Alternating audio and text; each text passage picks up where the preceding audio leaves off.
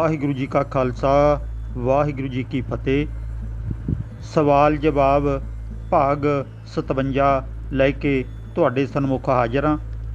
ਤਤ ਗੁਰਮਤ ਗਿਆਨ YouTube channel ਤੁਹਾਡੇ ਨਾਲ ਇਹ ਪ੍ਰੋਗਰਾਮ ਸਾਂਝੇ ਕਰਦਾ ਆ ਰਿਹਾ ਹੈ।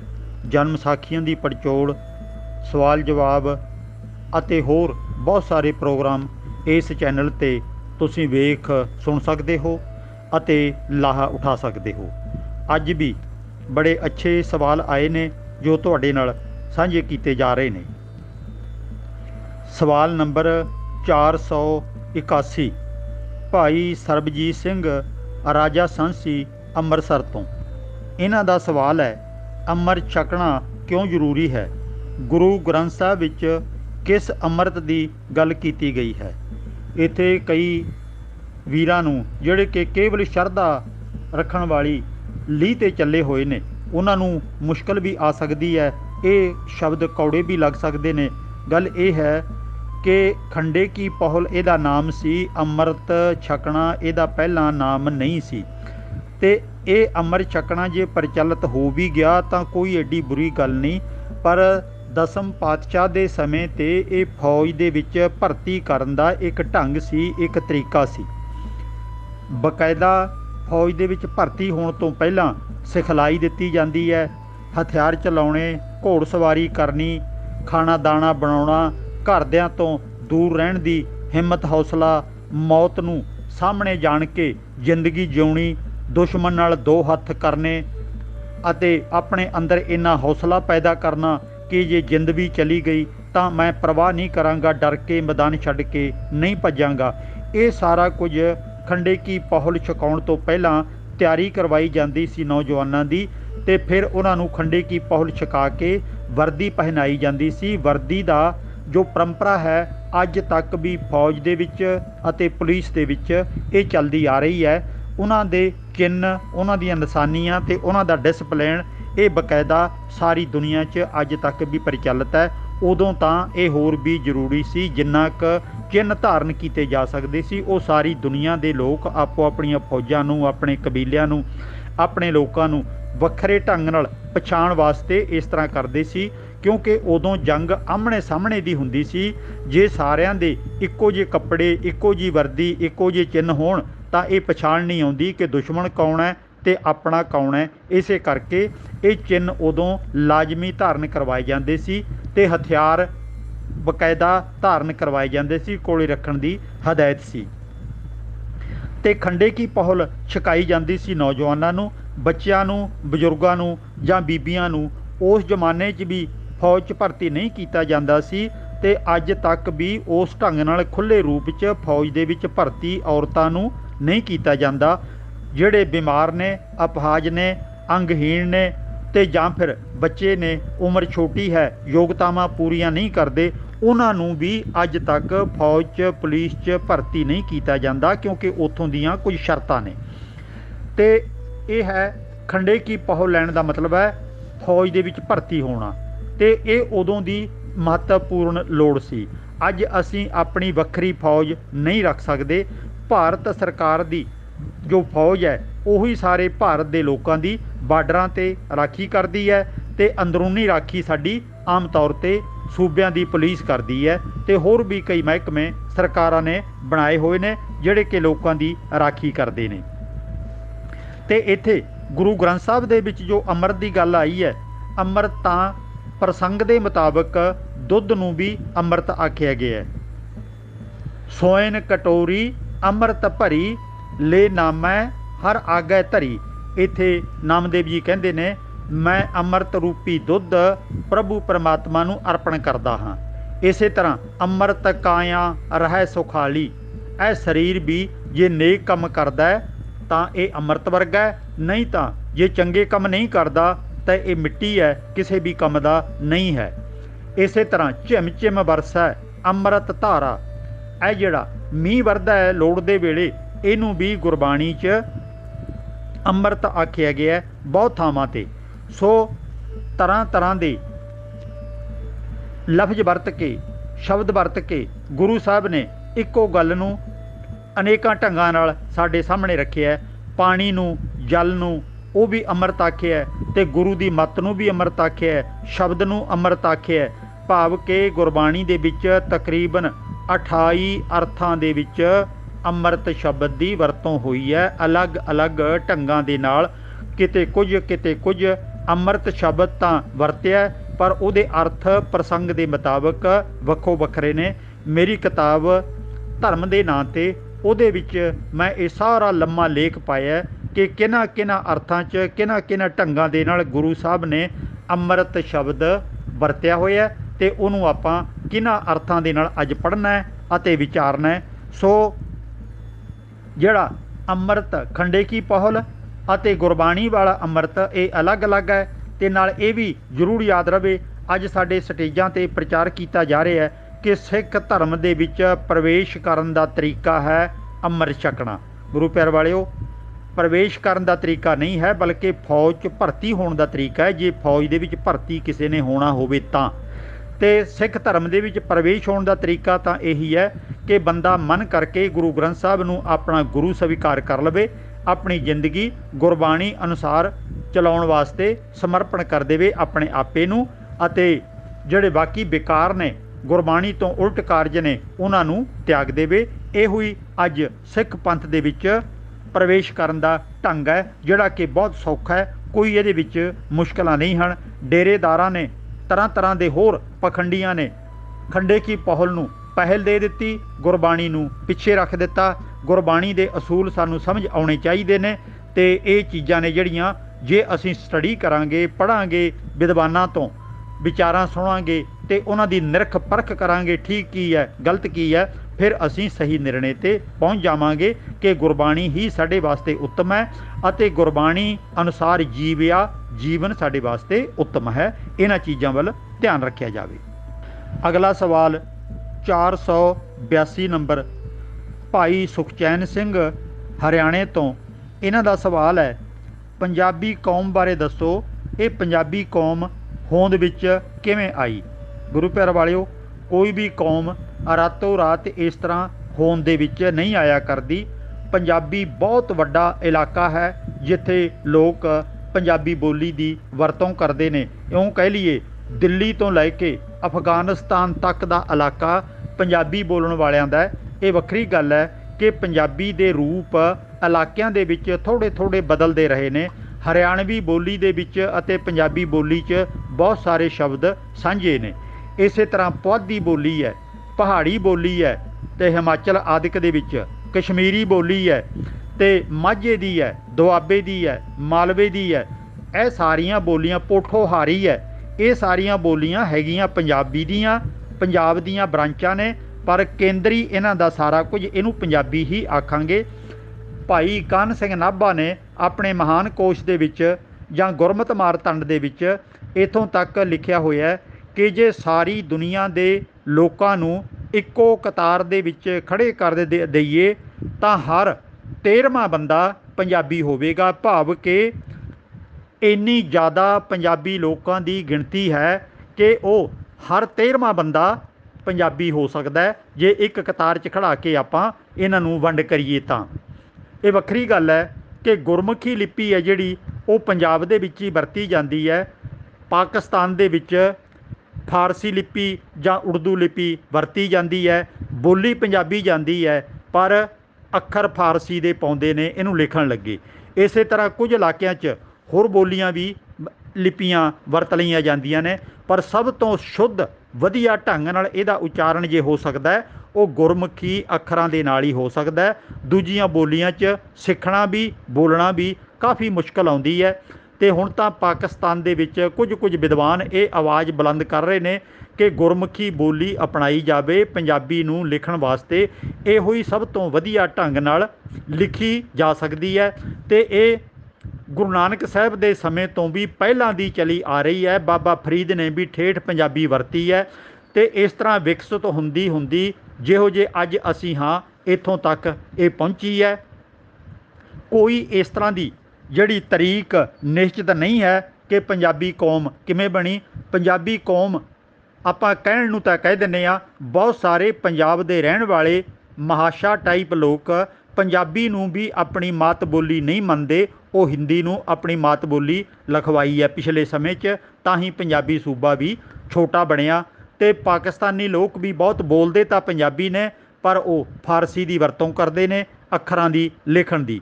ਤੋ ਇਸ ਤਰ੍ਹਾਂ ਮੈਂ ਆਪ ਵੇਖਿਆ ਮੇਰਠ ਤੱਕ ਜਿਹੜੀ ਪਹਿਲਾਂ ਗੁਰਬਾਣੀ ਅਨੁਸਾਰ ਜਿਹੜੀ ਪੰਜਾਬੀ ਸੀ ਗਿਣਤੀ ਏਕਾ ਦੂਆ, ਇੱਕ ਤਾਂ ਅੱਜ ਜਿਹੜੀ ਪ੍ਰਚਲਿਤ ਹੈ ਇਹ ਤਾਂ ਇੰਗਲਿਸ਼ ਵਾਲੇ ਅੱਖਰ ਨੇ ਏਕੇ ਦੂਏ, ਪਰ ਪਹਿਲਾਂ ਜਿਹੜੇ ਗੁਰਬਾਣੀ 'ਚ ਵਰਤੇ ਗਏ ਨੇ ਉਹ ਪ੍ਰਚਲਿਤ ਸੀ 47 ਤੋਂ ਪਹਿਲਾਂ। ਮੈਂ ਮੇਰਠ ਤੱਕ ਇੱਕ ਵਾਰੀ ਮੈਂ ਮੇਰਠ ਕਥਾਵਾਚਕ ਦੇ ਤੌਰ 'ਤੇ ਗਿਆ ਸੀ, ਸੈਰ ਕਰਦਾ ਅੱਗੇ ਚਲਾ ਗਿਆ। ਰੇਲ ਲਾਈਨ ਦੇ ਨਾਲ ਮੈਂ ਤੁਰਦਾ ਜਾ ਰਿਹਾ ਸੀ। ਰੇਲ ਲਾਈਨ ਦੇ ਨਾਲ ਇੱਕ ਮੀਲ ਪੱਥਰ ਲੱਗਿਆ ਹੋਇਆ ਸੀ, ਉਸ ਮੀਲ ਪੱਥਰ 'ਤੇ ਅਗਲੇ ਸ਼ਹਿਰ ਦੀ ਦੂਰੀ ਲਿਖੀ ਹੋਈ ਸੀ, ਅਤੇ ਉਹ ਅਗਲੇ ਸ਼ਹਿਰ ਦੀ ਦੂਰੀ ਪੰਜਾਬੀ ਵਿੱਚ ਲਿਖੀ ਹੋਈ ਸੀ। ਅਤੇ ਜਿਹੜੇ ਏਕੇ ਦੂਏ ਲਿਖੇ ਹੋਏ ਨੇ ਉਹ ਗੁਰਬਾਣੀ ਵਾਲੇ ਏਕੇ ਦੂਏ ਜਿਹੜੇ ਅਸਲੀ ਪੰਜਾਬੀ ਦੇ ਨੇ ਉਹ ਲਿਖੇ ਹੋਏ ਸੀ। ਮੈਂ 1995 ਤੱਕ ਇਹ ਅੱਖਰ ਮੇਰਠ ਤੋਂ ਪਰੇ ਤੱਕ ਲਿਖੇ ਹੋਏ ਦੇਖੇ ਨੇ। ਅਤੇ ਅਸੀਂ ਕਹੀ ਜਾਂਦੇ ਹਾਂ ਕਿ ਪੰਜਾਬੀ ਸੁੰਗੜ ਗਈ, ਇਹਨੂੰ ਸੁੰਗੇੜਨ ਵਾਲੇ ਸਾਡੇ ਸਰਕਾਰਾਂ ਨੇ, ਜਾਣ-ਬੁੱਝ ਕੇ ਅਣਗਹਿਲੀ ਵਰਤਦੀਆਂ ਨੇ। ਸਾਡੇ ਘਰਾਂ ਦੇ ਵਿੱਚ ਇਹਦੀ ਠੀਕ ਤਰ੍ਹਾਂ ਵਰਤੋਂ ਨਹੀਂ ਕਰਦੇ। ਆਪਣੇ ਸਿੱਖਾਂ ਦੇ, ਪੰਜਾਬੀਆਂ ਦੇ ਜਿਹੜੇ ਗੇਟ 'ਤੇ ਘਰਾਂ ਦੇ ਬੋਰਡ ਲੱਗੇ ਹੋਏ ਨੇ ਉਹ ਤਕਰੀਬਨ ਅੰਗਰੇਜ਼ੀ 'ਚ ਲੱਗੇ ਹੋਏ ਨੇ। ਪੰਜਾਬੀ ਕੀ ਕਹਿੰਦੀ ਹੈ? ਦੁਸ਼ਮਣੀ ਹੈ ਪੰਜਾਬੀ ਦੇ ਨਾਲ ਕੋਈ? ਆਪਣੇ ਕਾਰਡ ਵਗੈਰਾ ਛਪਾਉਂਦੇ ਨੇ ਜਿਹੜੇ ਲੋਕ, ਵਿਆਹ ਦੇ, ਮਰਗਤ ਦੇ, ਜਨਮ ਦੇ ਅਤੇ ਹੋਰ ਕਈ ਤਰ੍ਹਾਂ ਦੇ ਜਿਹੜੇ ਕਾਰਡ ਵਗੈਰਾ ਛਪਦੇ ਨੇ, ਉਹ ਆਮ ਤੌਰ 'ਤੇ ਜਿਹੜਾ ਬੰਦਾ ਊੜਾ ਐੜਾ ਨਹੀਂ ਜਾਣਦਾ ਉਹ ਵੀ ਅੰਗਰੇਜ਼ੀ 'ਚ ਕਾਰਡ ਛਪਾ ਕੇ ਬਹਿ ਜਾਂਦਾ। ਗੁਰੂ ਪਿਆਰ ਵਾਲਿਓ, ਸਰਕਾਰਾਂ 'ਤੇ ਦਬਾਅ ਪਾਈਏ, ਸਕੂਲਾਂ 'ਚ, ਕਾਲਜਾਂ 'ਚ, ਯੂਨੀਵਰਸਿਟੀਆਂ 'ਚ ਪੰਜਾਬੀ ਨੂੰ ਪਹਿਲ ਦਿੱਤੀ ਜਾਵੇ। ਦੱਖਣੀ ਸੂਬੇ ਨੇ ਜਿਹੜੇ ਤਾਮਿਲ, ਤੇਲਗੂ, ਕੰਨੜ ਅਤੇ ਹੋਰ ਜਿਹੜੀਆਂ ਉੱਧਰਲੀਆਂ ਮਾਤ ਬੋਲੀਆਂ ਨੇ ਉਹ ਕਦੀ ਉਹਨਾਂ ਨੂੰ ਨਹੀਂ ਤਿਆਗਦੇ। ਉਹਨਾਂ ਬੋਲੀਆਂ ਦੇ ਵਿੱਚ ਹੀ ਉਹਨਾਂ ਨੇ ਸਾਰਾ ਆਪਣਾ ਲਿਟਰੇਚਰ ਲਿਖਿਆ, ਪੜ੍ਹਦੇ ਲਿਖਦੇ ਨੇ, ਪਰ ਨਾਲ ਅੰਗਰੇਜ਼ੀ ਵੀ ਉਹ ਚੰਗੀ ਤਰ੍ਹਾਂ ਜਾਣਦੇ ਨੇ। ਆਪਾਂ ਨੂੰ ਵੀ ਹੋਰ ਬੋਲੀਆਂ ਸਿੱਖਣ 'ਤੇ ਕੋਈ ਪਾਬੰਦੀ ਨਹੀਂ ਹੈ, ਜਿੰਨੀਆਂ ਮਰਜ਼ੀ ਸਿੱਖੀਏ, ਪਰ ਪੰਜਾਬੀ ਨੂੰ ਬਹੁਤ ਪਿਆਰ ਕਰੀਏ। ਇਹ ਬਹੁਤ ਪਿਆਰੀ ਬੋਲੀ ਹੈ ਜਿਹੜੀ ਆਪਣੀ ਆ ਘਰ ਦੇ ਵਿੱਚ ਮਾਤਾ ਪਿਤਾ ਤੋਂ ਸ਼ੁਰੂਆਤੀ ਦੌਰ ਦੇ ਵਿੱਚ ਸਿੱਖਦੇ ਹਾਂ, ਅਤੇ ਇਹਦੇ ਵਿੱਚ ਸਹੀ ਢੰਗ ਨਾਲ ਆਪਾਂ ਗੱਲ ਸਮਝ ਸਕਦੇ ਹਾਂ ਅਤੇ ਉਹਨੂੰ ਵਿਆਖਿਆ ਭਾਵੇਂ ਕਿਸੇ ਵੀ ਤਰੀਕੇ ਕਰੀਏ। ਜੇ ਮੈਂ ਇੱਕ ਵਾਰੀ ਮੰਨ ਲਓ ਪੰਜਾਬੀ ਸਿੱਖ ਗਿਆ ਅਤੇ ਬਾਅਦ ਦੇ ਵਿੱਚ ਅੰਗਰੇਜ਼ੀ ਵੀ ਮੈਂ ਸਿੱਖ ਗਿਆ, ਅਤੇ ਜਦੋਂ ਕੋਈ ਮੈਂ ਅੰਗਰੇਜ਼ੀ ਦੇ ਵਿੱਚ ਗੱਲਬਾਤ ਕਰਾਂਗਾ ਉਹ ਆਪਣੇ ਅੰਦਰ ਮੈਂ ਉਹਨੂੰ ਪੰਜਾਬੀ 'ਚ ਅਨੁਵਾਦ ਕਰਕੇ ਸਮਝਾਂਗਾ, ਨਹੀਂ ਤਾਂ ਮੇਰੇ ਸਮਝ ਨਹੀਂ ਆਉਣੀ। ਇਸ ਤਰ੍ਹਾਂ ਜਿਹੜੀ ਮਾਤ ਬੋਲੀ ਪਹਿਲਾਂ ਸਿੱਖ ਗਏ ਉਹ ਫਿਰ ਸਾਡੇ ਅੰਦਰ ਦਿਮਾਗ ਦੇ ਵਿੱਚ ਡੂੰਘੀ ਬਹਿ ਜਾਂਦੀ ਹੈ, ਉਹਨੂੰ ਫਿਰ ਆਪਾਂ ਭੁੱਲ ਨਹੀਂ ਸਕਦੇ, ਛੱਡ ਨਹੀਂ ਸਕਦੇ। ਤੋ ਇਹਨਾਂ ਗੱਲਾਂ ਦਾ ਧਿਆਨ ਰੱਖਿਆ ਜਾਵੇ। ਪੰਜਾਬੀ ਕੌਮ ਵੱਖਰੀ ਕਿਤੋਂ ਹੋਂਦ ਵਿੱਚ ਨਹੀਂ ਆਈ। ਜਿਹੜੇ ਲੋਕ ਪੰਜਾਬੀ ਬੋਲਦੇ ਨੇ ਉਹਨਾਂ ਸਾਰਿਆਂ ਨੂੰ ਪੰਜਾਬੀ ਕੌਮ ਕਹਿ ਦਿੱਤਾ ਜਾਂਦਾ ਸੀ। ਤੋ ਇਸ ਤਰ੍ਹਾਂ ਇਹਦਾ ਕੋਈ ਪਿਛੋਕੜ ਵੱਖਰੀ ਕਿਸਮ ਦਾ ਨਹੀਂ ਹੈ। ਇਹ ਜਿਵੇਂ ਜਿਵੇਂ ਅਸੀਂ ਪੰਜਾਬੀ ਬੋਲੀ ਨੂੰ ਵਿਕਸਿਤ ਕਰਾਂਗੇ, ਵਧਾਵਾਂਗੇ, ਇਲਾਕਾ ਫੈਲ ਜਾਵੇਗਾ ਤਾਂ ਇਹਦਾ ਹੋਰ ਦਾਇਰਾ ਵੱਡਾ ਹੋ ਜਾਵੇਗਾ। ਮੈਂ ਆਪ ਕੈਨੇਡਾ 'ਚ, ਇੰਗਲੈਂਡ 'ਚ ਬਹੁਤ ਥਾਵਾਂ 'ਤੇ, ਵੱਡੇ ਸਟੋਰਾਂ 'ਚ, ਬੈਂਕਾਂ 'ਚ, ਰੇਲਵੇ ਸਟੇਸ਼ਨਾਂ 'ਤੇ, ਬੱਸ ਅੱਡਿਆਂ 'ਤੇ ਆਪ ਦੇਖ ਚੁੱਕਿਆ ਜਿੱਥੇ ਅੰਗਰੇਜ਼ੀ 'ਚ ਜਾਣਕਾਰੀ ਲਿਖੀ ਹੁੰਦੀ ਹੈ ਕਿ ਆਹ ਬੱਸ, ਆਹ ਰੇਲ, ਆਹ ਕਿਹੜੀ ਚੀਜ਼ ਕਿੱਥੇ ਨੂੰ ਜਾਵੇਗੀ, ਕਿਵੇਂ ਜਾਵੇਗੀ, ਉੱਥੇ ਇੰਗਲਿਸ਼ 'ਚ ਵੀ ਲਿਖਿਆ ਹੁੰਦਾ ਅਤੇ ਨਾਲ ਪੰਜਾਬੀ 'ਚ ਵੀ ਉਹ ਬਹੁਤ ਥਾਵਾਂ 'ਤੇ ਲਿਖਦੇ ਨੇ। ਅਤੇ ਕਈਆਂ ਥਾਵਾਂ 'ਤੇ ਤਾਂ ਜਿੱਥੇ ਪੁੱਛ ਗਿੱਛ ਦਾ ਦਫ਼ਤਰ ਬਣਿਆ ਹੁੰਦਾ ਉੱਥੇ ਸਾਫ਼ ਲਿਖਿਆ ਬੋਰਡ ਲੱਗਿਆ ਹੁੰਦਾ ਕਿ ਅਸੀਂ ਪੰਜਾਬੀ ਬੋਲਦੇ ਹਾਂ, ਤੁਸੀਂ ਪੰਜਾਬੀ ਵਿੱਚ ਗੱਲ ਕਰ ਸਕਦੇ ਹੋ। ਉਹਨਾਂ ਨੇ ਦੁਭਾਸ਼ੀਏ ਲੜਕੇ ਲੜਕੀਆਂ ਰੱਖੇ ਹੁੰਦੇ ਨੇ। ਜੇ ਸਾਨੂੰ ਕੋਈ ਮੁਸ਼ਕਿਲ ਆਉਂਦੀ ਹੈ ਅਸੀਂ ਤਾਂ ਟੁੱਟੀ ਫੁੱਟੀ ਅੰਗਰੇਜ਼ੀ ਬੋਲਣ ਦਾ ਯਤਨ ਕਰਦੇ ਹਾਂ, ਉਹ ਝਟਪਟ ਕਹਿ ਦਿੰਦੇ ਨੇ, ਵੀਰ ਜੀ, ਭਾਜੀ, ਤੁਸੀਂ ਪੰਜਾਬੀ 'ਚ ਗੱਲ ਕਰੋ, ਅਸੀਂ ਪੰਜਾਬੀ 'ਚ ਤੁਹਾਨੂੰ ਸਾਰੀ ਗੱਲ ਸਮਝਾ ਦਿਆਂਗੇ। ਉਹਨਾਂ ਦੇਸ਼ਾਂ 'ਚ ਤਾਂ ਇਹਦੀ ਕਦਰ ਹੋਣੀ ਸ਼ੁਰੂ ਹੋ ਗਈ ਹੈ, ਪਰ ਸਾਡੇ ਆਪਣੇ ਪੰਜਾਬ ਦੇ ਵਿੱਚ ਹਾਲੀ ਬਹੁਤ ਕੁਝ ਕਰਨ ਵਾਲਾ ਹੈ। ਸੋ ਕੌਮਾਂ ਜਿਵੇਂ ਜਿਵੇਂ ਅਸੀਂ ਕੰਮ ਕਰਾਂਗੇ ਇਹ ਵਿਕਸਿਤ ਹੁੰਦੀਆਂ ਜਾਂਦੀਆਂ ਨੇ। ਇਸੇ ਤਰ੍ਹਾਂ ਸਵਾਲ ਨੰਬਰ 483 ਭਾਈ ਹਰਪ੍ਰੀਤ ਸਿੰਘ, ਇਹਨਾਂ ਦਾ ਸਵਾਲ ਹੈ, ਜਦ ਡੁੱਲਦਾ ਖੂਨ ਸ਼ਹੀਦਾਂ ਦਾ ਤਕਦੀਰ ਬਦਲਦੀ ਕੌਮਾਂ ਦੀ। ਇਹ ਬਹੁਤ ਵਾਰੀ ਸੁਣਿਆ ਹੈ, ਪੜ੍ਹਿਆ ਹੈ, ਪਰ ਜਿੰਨਾ ਖੂਨ ਸ਼ੁਰੂ ਤੋਂ ਲੈ ਕੇ ਹੁਣ ਤੱਕ ਸਿੱਖਾਂ ਦਾ ਡੁੱਲਿਆ ਹੈ ਉਸ ਹਿਸਾਬ ਨਾਲ ਅੱਜ ਸਿੱਖ ਕੌਮ ਕਿੱਥੇ ਖੜ੍ਹੀ ਹੈ। ਗੁਰੂ ਪਿਆਰ ਵਾਲਿਓ, ਇਹ ਬਹੁਤ ਕੁਝ ਜਦੋਂ ਜੰਗ ਯੁੱਧ ਦਾ ਸਮਾਂ ਸੀ, ਆਹਮਣੇ ਸਾਹਮਣੇ ਲੜਾਈ ਸੀ ਤੇ ਜੇ ਅਸੀਂ ਆਪ ਖੁਦ ਨਾ ਵੀ ਲੜਨਾ ਚਾਹੀਏ ਤਾਂ ਦੁਸ਼ਮਣ ਸਾਨੂੰ ਨਿਆਸਰੇ, ਨਿਹੱਥੇ, ਕਮਜ਼ੋਰ, ਡਰਪੋਕ ਸਮਝ ਕੇ ਹਮਲੇ ਕਰਦੇ ਸਨ ਤੇ ਸਾਡੇ ਨਾਲ ਬਹੁਤ ਸਾਰੀਆਂ ਜਾਤੀਆਂ ਕਰਦੇ ਸਨ। ਉਹਨਾਂ ਸਮਿਆਂ 'ਚ ਲੋਕਾਂ ਨੂੰ ਉਤਸ਼ਾਹਿਤ ਕਰਨ ਵਾਸਤੇ, ਉਹਨਾਂ ਨੂੰ ਜੰਗ ਦੇ ਵਿੱਚ ਉਤਰਨ ਵਾਸਤੇ ਇਸ ਤਰ੍ਹਾਂ ਦੇ ਜੋਸ਼ੀਲੇ ਲੈਕਚਰ, ਕਵਿਤਾਵਾਂ, ਢਾਡੀ ਵਾਰਾਂ ਆਦਿਕ ਪੇਸ਼ ਕਰਕੇ ਉਹਨਾਂ ਨੂੰ ਲੜਨ ਵਾਸਤੇ ਤਿਆਰ ਕੀਤਾ ਜਾਂਦਾ ਸੀ। ਅੱਜ ਸਮਾਂ ਬਦਲ ਗਿਆ ਹੈ, ਸਾਨੂੰ ਸਮੇਂ ਦੇ ਨਾਲ ਆਪਣੀ ਸੋਚ ਬਦਲਣੀ ਚਾਹੀਦੀ ਹੈ। ਅੱਜ ਲੋਕਤੰਤਰੀ ਯੁੱਗ ਹੈ। ਅੱਜ ਸ਼ਹੀਦਾਂ ਦਾ ਖੂਨ ਡੋਲਣ ਦੀ ਲੋੜ ਨਹੀਂ ਹੈ। ਉਹਨਾਂ ਨੂੰ ਅਕਲਮੰਦ ਬਣਾ ਕੇ ਚੰਗੇ ਅਹੁਦਿਆਂ 'ਤੇ ਭੇਜਣ ਦੀ ਲੋੜ ਹੈ। ਉਹਨਾਂ ਨੂੰ ਰਾਜਨੀਤੀ ਵਿੱਚ ਭੇਜਣ ਦੀ ਲੋੜ ਹੈ। ਉਹਨਾਂ ਨੂੰ ਬਿਜ਼ਨਸ ਵਪਾਰ ਦੇ ਵਿੱਚ ਉਤਾਰਨ ਦੀ ਲੋੜ ਹੈ ਤਾਂ ਕਿ ਉਹ ਆਪਣੇ ਸਮਾਜ ਦਾ ਭਲਾ ਕਰ ਸਕਣ ਅਤੇ ਰਾਜ ਪਾਟ 'ਤੇ ਵੀ ਕਬਜ਼ਾ ਕਰਕੇ ਚੰਗੇ ਤਰੀਕੇ ਦਾ ਰਾਜ ਲੋਕਾਂ ਨੂੰ ਦੇ ਸਕਣ, ਲੋਕਾਂ ਦਾ ਭਲਾ ਕਰ ਸਕਣ।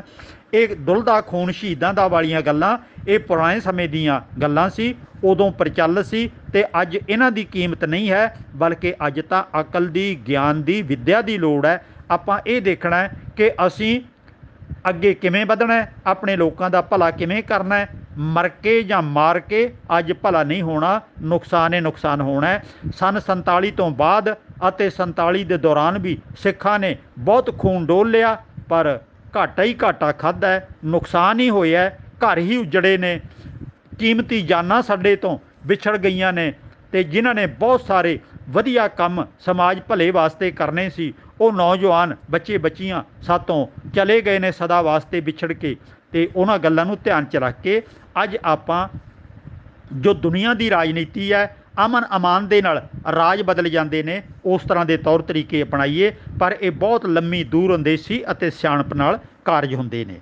ਸਵਾਲ ਨੰਬਰ 484 ਭਾਈ ਨਿਰਮਲ ਸਿੰਘ, ਪਿੰਡ ਤਾਜੇ ਚੱਕ, ਅੰਮ੍ਰਿਤਸਰ। ਇਹਨਾਂ ਦਾ ਸਵਾਲ ਹੈ, ਮ੍ਰਿਤਕ ਦੇ ਸੰਸਕਾਰ ਪਿੱਛੋਂ ਕੀ ਇਸ਼ਨਾਨ ਕਰਨਾ ਜ਼ਰੂਰੀ ਹੈ? ਜੀ ਨਹੀਂ, ਕੋਈ ਜ਼ਰੂਰੀ ਨਹੀਂ ਹੈ।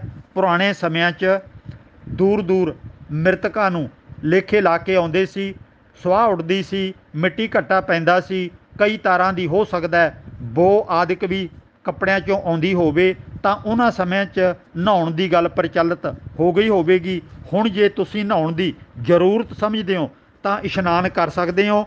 ਉਂਝ ਇਹ ਕੋਈ ਰਹਿਤ ਮਰਿਆਦਾ 'ਚ ਜਾਂ ਕਿਸੇ ਪਰੰਪਰਾ ਦੇ ਵਿੱਚ ਸਾਡੇ ਸ਼ਾਮਲ ਨਹੀਂ ਹੈ। ਗੁਰਬਾਣੀ ਇਹਨਾਂ ਚੀਜ਼ਾਂ ਦੀ ਕੋਈ ਹਮਾਇਤ ਨਹੀਂ ਕਰਦੀ। ਇਹ ਤੁਸੀਂ ਆਪਣੇ ਸਰੀਰ ਦੀਆਂ ਲੋੜਾਂ ਵਾਸਤੇ ਨਹਾਉਣਾ ਹੈ, ਮ੍ਰਿਤਕ ਦੇ ਨਾਲ ਇਹਦਾ ਕੋਈ ਸੰਬੰਧ ਨਹੀਂ ਹੈ। ਕਈ ਲੋਕ ਤਾਂ ਸਮੇਤ ਕੱਪੜਿਆਂ ਦੇ ਛੱਪੜਾਂ 'ਚ, ਟੋਭਿਆਂ 'ਚ ਡੁਬਕੀਆਂ ਲਾਉਂਦੇ ਨੇ। ਮ੍ਰਿਤਕ ਦੇ ਜੋ ਸਰੀਰ ਨੂੰ ਲੇਖੇ ਲਾ ਕੇ ਆਉਂਦੇ ਨੇ ਤਾਂ ਘਰ ਨਹੀਂ ਆਉਂਦੇ, ਬਲਕਿ ਉਹ ਟੋਭਿਆਂ ਦੇ ਵਿੱਚੋਂ ਦੀ, ਨਹਿਰਾਂ ਦੇ ਵਿੱਚੋਂ ਦੀ ਚੁੱਭੀਆਂ ਲਾ ਕੇ ਸਣੇ ਕੱਪੜੀ ਆਉਂਦੇ ਨੇ। ਅਤੇ ਇਹ ਮੂਰਖਤਾ ਤੋਂ ਸਿਵਾਏ ਹੋਰ ਕੁਝ ਵੀ ਨਹੀਂ ਹੈ। ਇਹ ਪੁਰਾਣੇ ਸਮੇਂ 'ਚ ਕਿਸੇ ਨੇ ਪ੍ਰਚਲਿਤ ਕਰ ਦਿੱਤਾ ਅਤੇ ਅੱਜ ਇਹਦੀ ਲੋੜ ਨਹੀਂ ਹੈ। ਸਵਾਲ ਨੰਬਰ 485 ਭਾਈ ਸਰਬਜੀਤ ਸਿੰਘ, ਬੰਗਾ। ਇਹਨਾਂ ਦਾ ਸਵਾਲ ਹੈ, ਨਿਤ ਜਪੀਐ ਸਾਸ ਗਿਰਾਸ, ਨੌ ਪਰਬਦਿਗਾਰ ਦਾ, ਜਿਸਨੂੰ ਕਰੇ ਰਹਿਮ ਤਿਸ ਨਾ ਵਿਸਾਰਦਾ। ਇਸ ਸ਼ਬਦ ਦੇ ਅਰਥ ਦੱਸੋ ਜੀ। ਗੁਰੂ ਪਿਆਰ ਵਾਲਿਓ, ਪਹਿਲਾਂ ਵੀ ਮੈਂ ਕਈ ਵਾਰੀ ਬੇਨਤੀ ਕੀਤੀ ਹੈ ਕਿ ਆਪ ਹੀ ਇੱਕ ਵਾਰੀ ਸਾਰਾ ਸ਼ਬਦ ਪੜ੍ਹ ਕੇ ਵੇਖ ਲਿਆ ਕਰੋ, ਜਵਾਬ ਸ਼ਬਦ ਦੇ ਵਿੱਚੋਂ ਮਿਲ ਜਾਂਦਾ ਹੈ। ਜਦੋਂ ਵੀ ਇੱਕ ਦੋ ਪੰਕਤੀਆਂ ਲੈ ਕੇ ਅਰਥ ਕਰਨ ਦਾ ਯਤਨ ਕਰੋਗੇ, ਉਹ ਹਮੇਸ਼ਾ ਗਲਤ ਹੋਣਗੇ। ਜੋ ਮੂਲ ਭਾਵਨਾ ਉਹ ਤੋਂ ਦੂਰ ਚਲੇ ਜਾਣਗੇ। ਇਹ ਜਿਹੜਾ ਸ਼ਬਦ ਹੈ ਇਹ 518 ਪੰਨੇ ਦੇ ਉੱਤੇ ਗੁਰੂ ਗ੍ਰੰਥ ਸਾਹਿਬ ਦੇ ਵਿੱਚ ਸੁਭਾਏਮਾਨ ਹੈ ਅਤੇ ਅੱਧਾ ਸ਼ਬਦ 518 ਤੇ ਅੱਧਾ 519 ਤੇ ਹੈ। ਮੈਂ ਤੁਹਾਡੇ ਸਾਹਮਣੇ ਇਹ ਸਾਰਾ ਸ਼ਬਦ ਰੱਖਣ ਲੱਗਿਆ ਅਤੇ ਅਰਥ ਹੋਰ ਦੇ ਹੋਰ ਬਣਨਗੇ, ਕਿਉਂਕਿ ਇੱਥੇ ਮੰਚ ਭਾਵਨਾ ਇਹ ਹੈ ਕਿ ਜਿਸ ਦੇ ਉੱਤੇ ਪਰਮਾਤਮਾ ਦੀ ਮਿਹਰਬਾਨੀ ਹੈ ਉਹ ਕਦੇ ਮਰਦਾ ਨਹੀਂ ਹੈ, ਉਹਨੂੰ ਕਦੇ ਮੌਤ ਨਹੀਂ ਆਉਂਦੀ ਜਾਂ ਉਹਨੂੰ ਕਦੇ ਡਰ ਨਹੀਂ ਲੱਗਦਾ, ਰੱਬ ਉਹਦੀ ਰਾਖੀ ਕਰਦਾ ਹੈ। ਇਹੋ ਜਿਹੀਆਂ ਭਾਵਨਾਵਾਂ ਲੈ ਕੇ ਇਹ ਸ਼ਬਦ ਪੜ੍ਹ ਲਏ ਜਾਂਦੇ ਨੇ। ਹੁਣ ਇੱਥੇ ਪਹਿਲੀ ਗੱਲ ਤਾਂ ਸਲੋਕ ਨੇ ਦੋ ਇਹਦੇ ਨਾਲ, ਅਤੇ ਇਹ ਹੈ ਪੌੜੀ, ਅਤੇ ਸਲੋਕ ਵੀ ਨਾਲ ਪੜ੍ਹਨੇ ਚਾਹੀਦੇ ਨੇ, ਪਰ ਮੈਂ ਸਮੇਂ ਦੀ ਪਾਬੰਦੀ ਦੇ ਕਾਰਨ ਸਲੋਕ ਨਹੀਂ ਪੜ੍ਹਦਾ, ਕੇਵਲ ਤੁਹਾਡੇ ਨਾਲ ਪੌੜੀ ਸਾਂਝੀ ਕਰ ਰਿਹਾ। ਨਿਤ ਜਪੀਐ ਸਾਸ ਗਿਰਾਸ, ਨੌ ਪਰਬਦਿਗਾਰ ਦਾ। ਹਰ ਸਮੇਂ ਪ੍ਰਭੂ ਪਰਮਾਤਮਾ ਦੀ ਮਹਾਨ ਹਸਤੀ ਜਿਹੜੀ ਕਿ ਸਾਡੇ ਅੰਦਰ ਵਸਦੀ ਹੈ, ਉਹਨੂੰ ਹਰ ਵਕਤ ਚੇਤੇ 'ਚ ਰੱਖਣਾ ਹੈ ਕਿ ਮੈਂ ਕੋਈ ਬੁਰਾ ਕੰਮ ਨਹੀਂ ਕਰਨਾ, ਮੈਂ ਕੋਈ ਕਰਮ ਕਾਂਡ ਵਹਿਮ ਭਰਮ ਜਾਦੂ ਮੰਤਰ 'ਚ ਨਹੀਂ ਪੈਣਾ, ਮੈਂ ਸਿਆਣਾ ਬਣਨਾ ਹੈ, ਪਰਉਪਕਾਰੀ ਬਣਨਾ ਹੈ, ਹਿੰਮਤ ਹੌਸਲੇ 'ਚ ਰਹਿਣਾ ਹੈ, ਕਦੇ ਵੀ ਹਾਰ ਨਹੀਂ ਮੰਨਣੀ, ਤਕੜੇ ਹੋ ਕੇ ਪਰਉਪਕਾਰ ਦੀ ਭਾਵਨਾ ਨਾਲ ਜ਼ਿੰਦਗੀ ਜਿਉਣੀ ਹੈ। ਇਹ ਭਾਵਨਾ ਆਪਣੇ ਅੰਦਰ ਪੈਦਾ ਕਰਨੀ ਹੈ। ਜਿਹਦੇ ਅੰਦਰ ਰੱਬ ਦਾ ਨਾਮ ਜਿਵੇਂ ਕਹਿੰਦੇ ਨੇ ਵਸਦਾ ਹੈ, ਉਹ ਚੰਗਾ ਇਨਸਾਨ ਬਣ ਜਾਂਦਾ ਹੈ। ਜਿਸ ਨੂੰ ਕਰੇ ਰਹਿਮ ਤਿਸ ਨਾ ਵਿਸਾਰਦਾ, ਜਿਹਦੇ ਉੱਤੇ ਪ੍ਰਭੂ ਪਰਮਾਤਮਾ ਕਹਿੰਦੇ ਰਹਿਮ ਕਰਦਾ, ਉਹ ਬੰਦਾ ਫਿਰ ਕਦੇ ਰੱਬ ਨੂੰ ਵਿਸਾਰਦਾ ਨਹੀਂ ਹੈ। ਭਾਵਨਾ ਹੈ ਕਿ ਆਪਾਂ ਹੰਕਾਰ ਦੇ ਵਿੱਚ ਨਾ ਆਈਏ। ਜੇ ਸਾਡੇ ਵਿੱਚ ਕੋਈ ਗੁਣ ਪਰਉਪਕਾਰ ਆ ਗਿਆ ਤਾਂ ਅਸੀਂ ਇਹ ਕਹੀਏ ਕਿ ਵਾਹਿਗੁਰੂ ਨੇ, ਰੱਬ ਨੇ ਕਿਰਪਾ ਕੀਤੀ ਹੈ। ਅਸੀਂ ਜੇ ਆਪ ਕਹਾਂਗੇ ਮੈਂ ਕੀਤਾ ਤਾਂ ਆਮ ਤੌਰ 'ਤੇ ਫਿਰ ਉਹਨੂੰ ਹੰਕਾਰ ਦੀ ਬਿਰਤੀ ਗਿਣ ਲਿਆ ਜਾਂਦਾ ਹੈ। ਸਭ ਕੁਛ ਜਾਣੈ ਬੁੱਝ, ਸਭ ਕੁਛ ਜਾਣੈ ਜਾਣ ਬੁੱਝ ਵਿਚਾਰਦਾ। ਆਪਾਂ ਇਹ ਧਿਆਨ ਰੱਖੀਏ ਕਿ ਪ੍ਰਭੂ ਪਰਮਾਤਮਾ ਸਾਡੇ ਅੰਦਰ ਬੈਠਾ ਹੈ। ਅਸੀਂ ਬੁਰੇ ਨੂੰ ਭਲੇ ਨੂੰ ਪਛਾਣ ਕੇ ਚੱਲੀਏ। ਇਹ ਯਾਦ ਰੱਖੀਏ ਕਿ ਜੇ ਰੱਬ ਹਾਜ਼ਰ ਨਾਜ਼ਰ ਹੈ ਤਾਂ ਸਾਡੇ ਬੁਰੇ ਕੰਮਾਂ ਨੂੰ ਅਤੇ ਚੰਗੇ ਕੰਮਾਂ ਨੂੰ ਉਹ ਪਛਾਣਦਾ, ਉਹ ਜਾਣਦਾ, ਉਹਦੇ ਅਨੁਸਾਰ ਫੈਸਲਾ ਕਰੇਗਾ। ਇਹ ਭਾਵਨਾ ਜਦੋਂ ਮਨ 'ਚ ਹੋਵੇਗੀ ਤਾਂ ਬੰਦਾ ਬੁਰੇ ਕੰਮ ਫਿਰ ਨਹੀਂ ਕਰੇਗਾ। ਅਨੇਕ ਰੂਪ ਖਿਨ ਮਾਹੇ ਕੁਦਰਤ ਧਾਰਦਾ। ਸਾਨੂੰ ਇਹ ਵੀ ਚੇਤਾ ਰਹੇ ਕਿ ਉਹ ਕਣ ਕਣ ਦੇ ਵਿੱਚ ਆਪ ਬਿਰਾਜਮਾਨ ਹੈ ਅਤੇ ਉਹੀ ਸਾਰੇ ਕਿਤੇ ਜਨਮ ਲੈਂਦਾ ਹੈ। ਭਾਵ ਕਿ ਉਹਦਾ ਨਿਯਮ ਹਰ ਜੀਵ ਦੇ ਵਿੱਚ ਮੌਜੂਦ ਹੈ। ਉਸੇ ਦੇ ਨਿਯਮ ਦੇ ਵਿੱਚ ਬਨਸਪਤੀ, ਕੀੜੇ ਮਕੌੜੇ, ਮਨੁੱਖ, ਪਸ਼ੂ ਪੰਛੀ ਸਾਰੇ ਉਹਦੇ ਨਿਯਮ ਦੇ ਵਿੱਚ ਹੀ ਜਨਮ ਲੈਂਦੇ ਨੇ। ਆਪ ਹੀ ਉਹ ਤਰ੍ਹਾਂ ਤਰ੍ਹਾਂ ਦੇ ਰੂਪ ਧਾਰਦਾ ਹੈ, ਕੁਦਰਤ ਦੇ ਵਿੱਚ ਆਪ ਵਸਿਆ ਹੋਇਆ। ਜਿਸ ਨੂੰ ਲਾਏ ਸੱਚ ਤਿਸੈ ਉਧਾਰਦਾ। ਜਿਹੜਾ ਇਨਸਾਨ ਸੱਚ ਦੇ ਮਾਰਗ 'ਤੇ ਚੱਲ ਪਿਆ ਉਹਦਾ ਜੀਵਨ ਸਫਲਾ ਹੋ ਗਿਆ। ਜਿਸ ਦਾ ਹੋਵੇ ਵੱਲ ਸੋ ਕਦੇ ਨਾ ਹਾਰਦਾ। ਜਿਹੜਾ ਮਨੁੱਖ ਇਹਨਾਂ ਨਿਯਮਾਂ ਨੂੰ ਸਮਝ ਲਵੇਗਾ ਉਹਦੀ ਫਿਰ ਜ਼ਿੰਦਗੀ 'ਚ ਹਾਰ ਨਹੀਂ ਹੁੰਦੀ, ਉਹਨੂੰ ਪਛਤਾਉਣਾ ਨਹੀਂ ਪਵੇਗਾ, ਉਹ ਕਦੀ ਵੀ ਗਲਤ ਕੰਮ ਫਿਰ ਨਹੀਂ ਕਰੇਗਾ। ਸਦਾ ਅਭਾਗ ਦੇ ਬਾਣ ਹੈ ਹੋਂ ਤਿਸ ਨਮਸਕਾਰ ਦਾ। ਉਹ ਸਦਾ ਕਾਇਮ ਹੈ, ਅਡੋਲ ਹੈ। ਪਰਮਾਤਮਾ ਜਿਹੜਾ ਮੈਂ ਜਿਹੜੀ ਉਹਦਾ ਨਿਯਮ ਹੈ, ਜਿਹੜਾ ਉਹਦੇ ਫੈਸਲੇ ਨੇ, ਉਹ ਸਦਾ ਇੱਕ ਵੱਖਰੇ ਅੰਦਾਜ਼ ਦੇ ਵਿੱਚ ਬਿਨਾਂ ਕਿਸੇ ਪੱਖਪਾਤ ਤੋਂ ਹੁੰਦੇ ਨੇ ਅਤੇ ਉਹ ਸਾਰਿਆਂ ਦੇ ਨਾਲ ਇੱਕੋ ਸਾਰ ਫੈਸਲੇ ਕਰਦਾ ਅਤੇ ਬਾਹਰ ਨਹੀਂ ਕਿਤੇ ਬੈਠਾ, ਸਾਡੇ ਅੰਦਰ ਬੈਠਾ। ਅਸੀਂ ਅੰਦਰ ਦੇ ਰੱਬ ਨੂੰ ਪਛਾਣੀਏ। ਇਹ ਅਸੀਂ ਉਹ ਚੰਗੇ ਕੰਮ ਕਰਨੇ ਨੇ ਜਿਹੜੇ ਕਿ ਸਰਬੱਤ ਦੇ ਭਲੇ ਵਾਸਤੇ ਹੋਣ, ਮਨੁੱਖਤਾ ਦੇ ਭਲੇ ਵਾਸਤੇ ਹੋਣ, ਜਿਹੜੇ ਗੁਰਬਾਣੀ 'ਚੋਂ ਸਾਨੂੰ ਅਗਵਾਈ ਮਿਲਦੀ ਹੈ। ਜੀਵਦਿਆਂ ਨਿਤ ਜਾਪੀਐ ਨਾਨਕ ਸਾਚਾ ਨਾਉ। ਇਹ ਸਾਰਾ ਕੁਝ ਸਦਾ ਵਾਸਤੇ ਪ੍ਰਭੂ ਪਰਮਾਤਮਾ ਨੂੰ ਆਪਾਂ ਯਾਦ ਰੱਖੀਏ ਅਤੇ ਕਦੀ ਵੀ ਨਾ ਭੁੱਲੀਏ। ਸੋ ਇੰਨੇ ਕੁ ਬਚਨ ਪ੍ਰਵਾਨ ਕਰਨੇ। ਇਹ 5 ਸਵਾਲ ਜਿਹੜੇ ਤੁਸੀਂ ਭੇਜੇ ਸੀ ਉਹਦਾ ਜਵਾਬ ਦੇਣ ਦਾ ਯਤਨ ਕੀਤਾ ਗਿਆ ਅਤੇ ਤੁਸੀਂ ਵਟਸਐਪ ਰਾਹੀਂ ਲਿਖ ਕੇ ਜਾਂ ਬੋਲ ਕੇ ਸਵਾਲ ਭੇਜ ਸਕਦੇ ਹੋ ਅਤੇ ਨੰਬਰ ਤੁਹਾਨੂੰ ਹਮੇਸ਼ਾ ਉੱਥੇ ਦਿੱਤਾ ਹੁੰਦਾ, ਉਹ ਨੋਟ ਕਰਕੇ ਤੁਸੀਂ ਉਹਦੀ ਵਰਤੋਂ ਕਰ ਸਕਦੇ ਹੋ ਤਾਂ ਕਿ ਸਵਾਲ ਜਵਾਬ ਦਾ ਇਹ ਸਿਲਸਿਲਾ ਲਗਾਤਾਰ ਚੱਲਦਾ ਰਹੇ। ਕਿਉਂਕਿ ਗੁਰਦੁਆਰਿਆਂ ਦੇ ਵਿੱਚ ਸਵਾਲ ਜਵਾਬ ਦਾ ਕੋਈ ਸਮਾਂ ਨਿਸ਼ਚਿਤ ਨਹੀਂ ਹੈ ਅਤੇ ਆਮ ਗੁਰਦੁਆਰਿਆਂ 'ਚ ਸਵਾਲਾਂ ਦੇ ਜਵਾਬ ਦੇਣ ਵਾਲਾ ਕੋਈ ਵਿਦਵਾਨ ਪੁਰਖ ਉਹਨਾਂ ਵੱਲੋਂ ਸੱਦਿਆ ਹੀ ਨਹੀਂ ਜਾਂਦਾ ਅਤੇ ਆਮ ਸੰਗਤਾਂ ਦੇ ਮਨਾਂ 'ਚ ਸ਼ਰਧਾ ਦੀ ਗੱਲ ਬਿਠਾ ਦਿੱਤੀ, ਕੋਈ ਸਵਾਲ ਕਰਨ ਨੂੰ ਤਿਆਰ ਵੀ ਨਹੀਂ ਹੁੰਦਾ। ਜੇ ਤਿਆਰ ਹੁੰਦਾ ਤਾਂ ਉਹਨੂੰ ਜਵਾਬ ਨਹੀਂ ਮਿਲਦਾ, ਜੇ ਮਿਲਦਾ ਤਾਂ ਆਮ ਤੌਰ 'ਤੇ ਗਲਤ ਜਵਾਬ ਮਿਲਦਾ। ਇਤਨੇ ਕੁ ਬਚਨ ਪ੍ਰਵਾਨ ਕਰਨੇ। ਹੋਈਆਂ ਭੁੱਲਾਂ ਲਈ ਖਿਮਾ ਕਰਨਾ। ਵਾਹਿਗੁਰੂ ਜੀ ਕਾ ਖਾਲਸਾ, ਵਾਹਿਗੁਰੂ ਜੀ ਕੀ ਫਤਿਹ।